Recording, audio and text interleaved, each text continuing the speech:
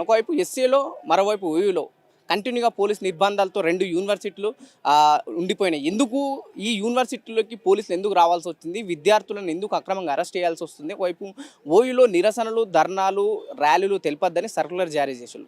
ఇది గత కొన్ని రోజులుగా జరుగుతున్న వైనం. మరోవైపు ఎస్సీలో కూడా దాదాపు 400 ఎకరాలు ప్రభుత్వాన్ని అని చెప్పేసి ఒకవైపు భూములు గుంజుకుంటుంది. పచ్చని అడవిని కొట్టేసి అక్కడున్న జంతువులన్నీ బయటకు వెళ్ళగొట్టే ప్రయత్నం చేస్తుంది. చాలా వరకు జంతువులు కూడా చనిపోతున్నాయి. జంతువులు అరుస్తున్న వీడియోస్ కూడా బయటకు వచ్చినాయి. దాని మీద పర్యావరణ రక్ష ప్రేమికులు కూడా చాలా వరకు స్పందించారు. మనం మాట్లాడదాం వీటిపైన, ఏం జరుగుతుంది రాష్ట్రంలోని విషయాలపైన.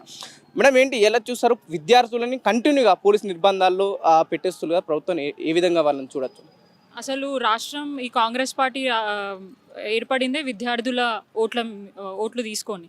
మీరు చూసుకుంటే అప్పుడు ఎన్ఎస్యు విద్యార్థులు ఎవరైతే కాంగ్రెస్ పార్టీకి సంబంధించిన వాళ్ళే ఉన్నారో ఓయూ వేదిక ద్వారా, లేదంటే ఆర్టీసీ క్రాస్ రోడ్ దగ్గర అక్కడ చదువుకున్న విద్యార్థుల దగ్గరికి వెళ్ళి, సెంట్రల్ యూనివర్సిటీ దగ్గరికి వెళ్ళి, మేమున్నాము, మీకు ఎటువంటి ఇబ్బంది కాకుండా చూస్తాము, మీ గొంతుకకై మేము డెఫినెట్గా మేము ఫైట్ చేస్తామని చెప్పి ఈరోజు గవర్నమెంట్ ఫామ్ అయిన తర్వాత కూడా వాళ్ళు ఎంత కర్కశంగా అంటే వాళ్ళ చూపిస్తున్నారో క్లియర్గా కనిపిస్తుంది.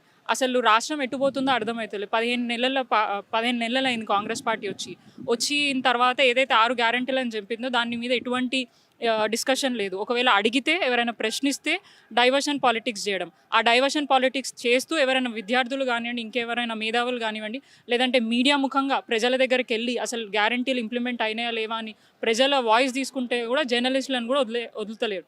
సో రాష్ట్రంలో అసలు క్రైమ్ రేట్స్ అన్నీ పెరుగుతున్నా కూడా పోలీసు మాత్రము కేవలం ఎవరైతే ప్రశ్నిస్తున్నారో, ఎవరైతే సమస్యల మీద పోరాడుతున్నారో వాళ్ళ మీద కేసులు పెట్టడానికి, వాళ్ళని ఇబ్బంది పెట్టడానికి మాత్రమే పోలీస్ డిపార్ట్మెంట్ అంతా పనిచేస్తుంది. గతంలో 10 సంవత్సరాలు బీఆర్ఎస్ ప్రభుత్వం ఉన్నప్పుడు కేసీఆర్ గారి నాయకత్వంలో చాలా రాష్ట్రం అంతటా కూడా చాలా ప్రశాంతంగా ఉండే, క్రైమ్ రేట్స్ చాలా తగ్గినాయి. ఇంకా కూడా ఉన్నా కూడా దాన్ని ఎట్లా తగ్గించే ప్రయత్నం చేయాలని చెప్పేసి నిరంతరం బీఆర్ఎస్ ప్రభుత్వం ఆలోచించి ఎవరికి ఎటువంటి ఇబ్బంది కాకుండా చూస్తుంది. కానీ ఇప్పుడు రాష్ట్రం ఏం జరుగుతుంది, ఎప్పటికప్పుడు రోజుకి ఎన్నో రేపులు జరుగుతున్నాయి, మానభంగాలు జరుగుతున్నాయి, అత్యాచారాలు అవుతున్నాయి, హత్యలు అవుతున్నాయి, క్రైమ్ రేట్స్, దొంగతనాలు పెరుగుతున్నాయి. అంటే డే లైట్లోనే మనుషులు వెళ్ళలేని పరిస్థితి ఉంది, ఇంకా రాత్రి దాకా ఎందుకు? గతంలో ఏమో షీ టీమ్స్ అని చెప్పేసి ఎన్నో మహిళల గురించి ఆలోచించి ప్రభుత్వాలు ఏర్పాటు చేస్తే, ఇప్పుడున్న ప్రభుత్వం పోలీసులను పెట్టుకొని దౌర్జన్యంగా వ్యవహరిస్తూ, అది కూడా వాళ్ళు ఏం చేయట్లేదు, పీస్ఫుల్గా వాళ్ళ హక్కుల గురించి, వాళ్ళకి కావాల్సిన ఏదైతే భూముల గురించి పోరాడుతున్నారో అంటే బట్టలు చింపి వాళ్ళని గుంజుకొని పోయే ప్రయత్నం చేస్తున్నారు. ఇప్పుడు మనం సెంట్రల్ యూనివర్సిటీలో అదే పరిస్థితి. వాళ్ళు కూడా వాళ్ళ స్వలాభం కోసం పోరాడతలేరు, ప్రజల రేపటి జనరేషన్ గురించి. అండ్ ఇప్పుడు హైదరాబాద్ సెంట్రల్ యూనివర్సిటీ కంప్లీట్గా ఒక ఫారెస్ట్ ఏరియా టైప్ ఉంది. అక్కడ కొన్ని జంతువులు అంటే ఒక ప్లేస్ లాగా మంచిగా ఉంది, మనకు ఆక్సిజన్ అందిస్తుంది. రేవంత్ రెడ్డి గారేమో ఎలక్ట్రిక్ వెహికల్స్ని పెంచాలి, పొల్యూషన్స్ తగ్గించాలని గతంలో మాట్లాడి ఆటో వాళ్ళని కూడా అంటే ఆటోస్ని కూడా ఎలక్ట్రిక్ వెహికల్స్ పెట్టాలి అని చెప్పేసి ఆలోచించడం. అది ఎందుకు ఆలోచించండు? పొల్యూషన్ పెరుగుతుందని చెప్పేసి ఆ పొల్యూషన్ కంట్రోల్ చేసే ఈ ఎన్విరాన్మెంట్ని ఆయన డిస్ట్రాయ్ చేసే ప్రయత్నం చేస్తున్నాడు. అక్కడ ఎటువంటి జంతువులు కావచ్చు, పక్షులు లేవు, కేవలం బీడు భూమి, ఎక్కడ కూడా పనికొచ్చే భూమి కాదని చెప్పేసి రేవంత్ రెడ్డి గారు చెప్పారు. దాని గురించి ఏం చెప్తారు? అంటే రేవంత్ రెడ్డి గారు ఫుట్బాల్ ఆడడానికి పోయినప్పుడు ఆ ప్లేస్ ఖాళీ కనిపించేసరికి ఇది ఖాళీ ప్లేస్, ఇక్కడ ఏం లేదు అని చెప్పేసి ఆయన భూములు అమ్మడానికి ప్రయత్నం చేస్తున్నాడు. వాస్తవానికి ఆ సెంట్రల్ యూనివర్సిటీ మొత్తం తిరిగితే అసలు దాంట్లో ఏముంది ఏం లేదనేది క్లియర్గా తెలుస్తుంది. అది ఇప్పుడు ఒక ఎడ్యుకేషన్ ఇన్స్టిట్యూట్కి ఒక ల్యాండ్ అలాట్ చేశారంటే అది కేవలం వాటికే. ప్రభుత్వాన్ని భూమని పొన్నం ప్రభాకర్ చెప్పిన స్టేట్మెంట్ ఎలా చూస్తారు? ఇప్పుడు ఓయూదంతా కూడా ప్రభుత్వందే అండి. అట్లా అని చెప్పేసి ప్రభుత్వం భూమి అని చెప్పేసి ఆయన ఓయూ ల్యాండ్లు కూడా ఎక్కడ పడితే అక్కడ ల్యాండ్లు తీసుకొని అమ్మేస్తా, ఇక నా ఇష్టం వచ్చి చేస్తానంటే అది కరెక్ట్ కాదు కదా. ప్రభుత్వం ల్యాండ్లు కొన్ని వాటికి ఒక ఇన్స్టిట్యూట్కి అలాట్ చేశారంటే వాటికి మాత్రమే కేటాయించాలి. మళ్ళీ వాళ్ళ లాభం కోసం, వాళ్ళ సెల్ఫ్ ఇంట్రెస్ట్ కోసం, వాళ్ళ ఏమైనా జోబులు నింపుకోవడానికి ఇలాంటి పనులు చేస్తున్నారు, కమిషన్లు కొట్టేయడానికి ఇట్లాంటి పనులు చేస్తున్నారు అనేది మాత్రం క్లియర్గా అర్థమవుతుంది. యూనివర్సిటీకి ఆ 400 ఎకరాలకు ఎటువంటి సంబంధం లేదని కూడా చెప్తున్నారు. అంటే ఎందుకు సంబంధం లేదు? ఇన్ని సంవత్సరాలు లేని ఇది ఇప్పుడు ఎందుకు వచ్చింది? ఇప్పుడు యాక్చువల్గా ఆయన చేసే విధానం ఏంటనంటే డబ్బులు లేవు, స్కీమ్స్ ఇంప్లిమెంట్ చేయడానికి ఎట్లా చేయాలో ఏంటిదని ఇప్పుడు అవి డబ్బులు మేము కేటాయించాలా అట్లానే దాంట్లో కమిషన్లు ఎట్లా తినాలన్న ఆలోచనతోనే ఇట్లాంటి వైఖరికి ముందుకెళ్తున్నారు వాళ్ళు.